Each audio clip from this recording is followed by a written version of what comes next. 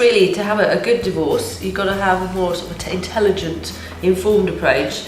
So Joanna here is a family mediator. Joanna, when people go through divorce, I was on Facebook this morning actually, and I often find this with people, and it was somebody's friend who'd they were going to court because the other person didn't want to allow mediation to work. And I hear this a lot, and what I wanted to ask you is that if someone does end up in court, can they change course at any point? Absolutely. So the whole process is set up to be able to enable parties at any stage in the process to be able to come to mediation.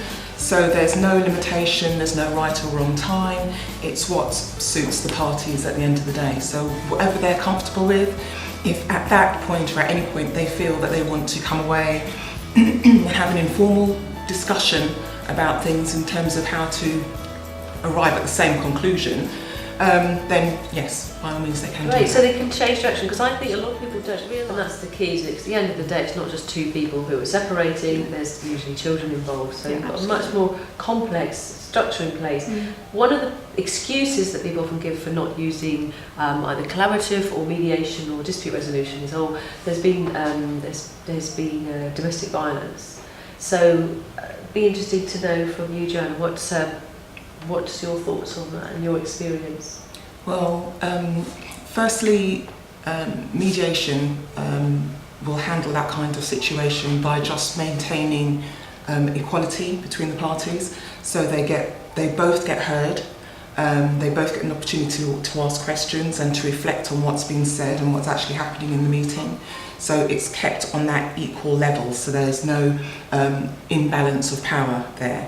The other thing is that it's about making sure there's a safe environment, and because that's facilitated, there are ground rules right at the beginning that they both agree to, otherwise the meeting just can't go ahead.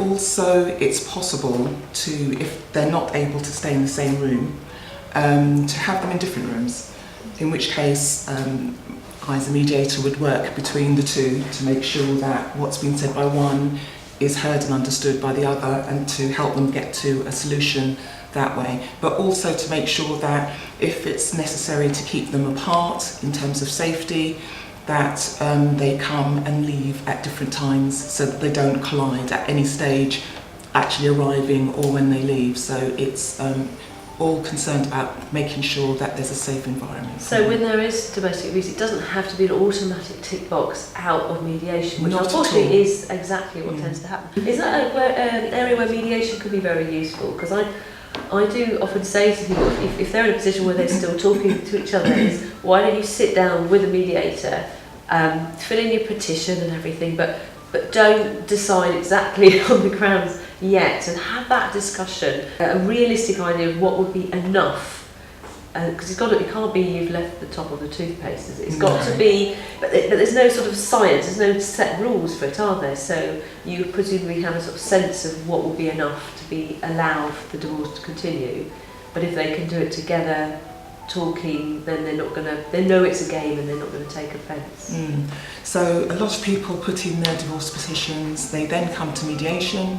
At that point, it's about re-educating them, so it takes them back from considering the defensive positions of the blame factors and talking about how they felt and why they felt about things that have happened in the past. It allows them both to hear things in a way that they probably didn't before. Before it might have been a lot of shouting and screaming. They hear the noise, but they don't hear the words. So this allows them to hear, and because sometimes they're hearing things for the first time, which sounds strange, but sometimes it's the case. Their defences are down, and they're much more willing to explore things on a different level once they've dealt with the issues of the past, things that have brought them to the point of needing a mediator.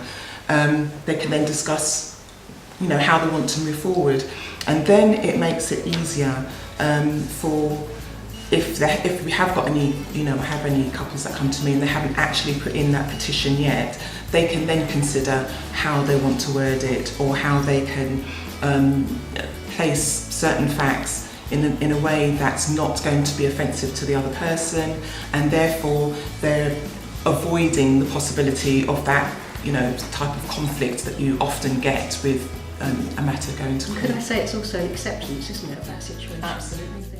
I think that the whole process has come to a point where it needs to change, because it's about people talking about something from a very abstract point of view. I think what's been lost is the fact that it's about a very subjective view of what is happening in the lives of the people that are involved, and because of that, it's meant that we're now only considering the opportunity of having something that's based on a no-blame culture, because that's talking about the people, that's talking about their emotion and how they're actually dealing with these things and how they're going to be moving forward. So if what they can incorporate is to encourage people to use forums, whatever that may be, to talk more, to listen to each other more, from very, very early on. It means then that by the time they decide that they're ready to get to the stage where they're ready to part, it will be a completely different picture, because they would have had time to, in the right environment, safe environment, to be able to reflect, to have that open discussion, and come out with something that's a bit more productive and something that is more geared to what they really want. Joanne Phillips from Joanne Phillips Mediation. Website is www.joannephillipsmediation.co.uk. And I'm Susie Miller, divorce strategist, stopping wars one family at a time. Thank you.